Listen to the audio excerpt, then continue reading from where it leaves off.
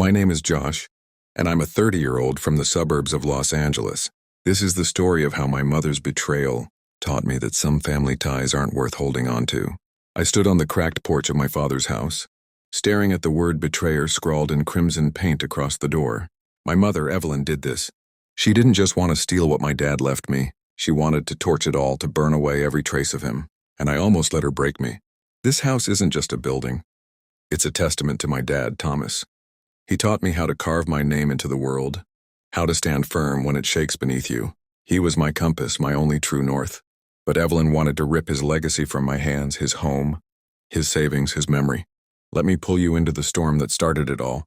When I learned that blood can cut deeper than any knife, my dad was my everything. When I was 9, Evelyn left us, chasing a life dipped in gold with her new husband, Marcus. She swapped our sagging front porch for a gated estate and traded my dad's grease-stained hands for Marcus's tailored suits.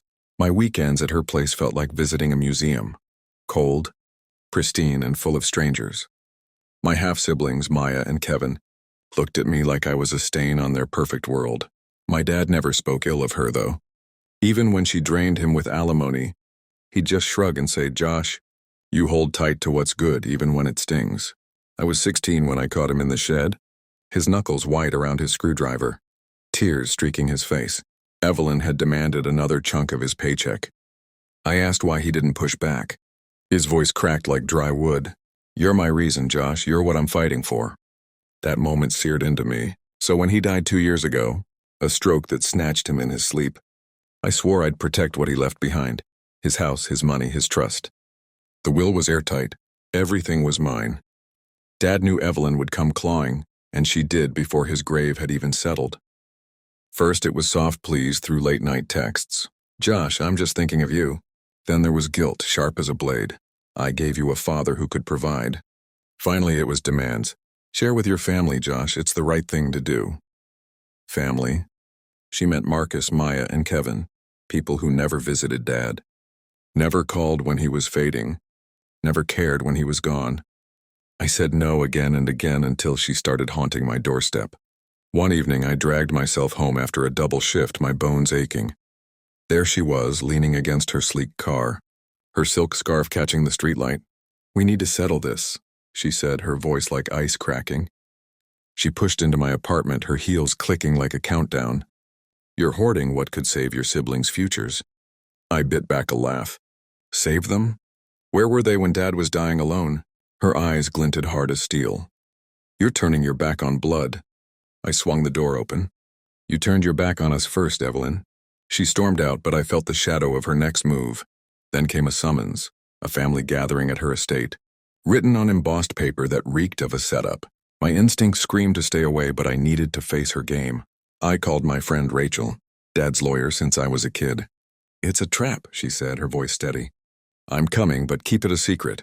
The day of the meeting, my pulse hammered like I was walking into a cage.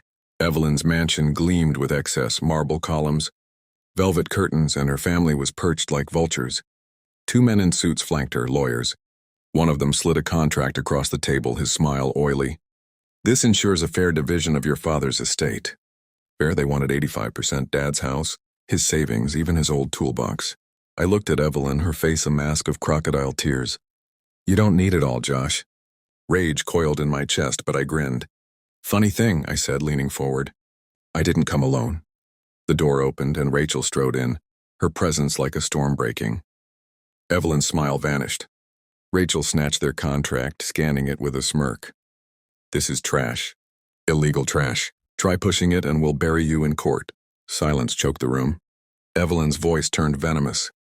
"You'd sue your own mother?" I locked eyes with her. "You bet I would." I thought I'd won, but Evelyn doesn't surrender.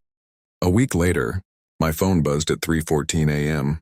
The security cameras I'd rigged at Dad's house caught her and Marcus sneaking through the backyard, a gas can glinting in her hand. My breath stopped. They weren't just greedy. They were ready to burn Dad's life to ash. I hit record and dialed 911, my voice trembling. "My mother is trying to set my house on fire." Sirens screamed before they could spark the flame. Cops swarmed, catching them with the gas can still in hand. Evelyn shrieked, "Josh framed me." I drove up as they cuffed her, her eyes wild with hate. I stepped close, my voice low. You lit this fire yourself, Evelyn. Evelyn and Marcus got 12 years each for attempted arson. The trial was over fast. My cameras didn't lie. Maya and Kevin sent pathetic texts, swearing they didn't know. I didn't answer. I cut them off like they had cut off Dad. Now I live in his house, piecing it back together. Every board I sand, every wall I paint feels like a vow to him. I keep his photo on the mantel, his grin bright as dawn. I've got this, Dad, I whisper. Family isn't who shares your blood. It's who stands by you when the flames rise.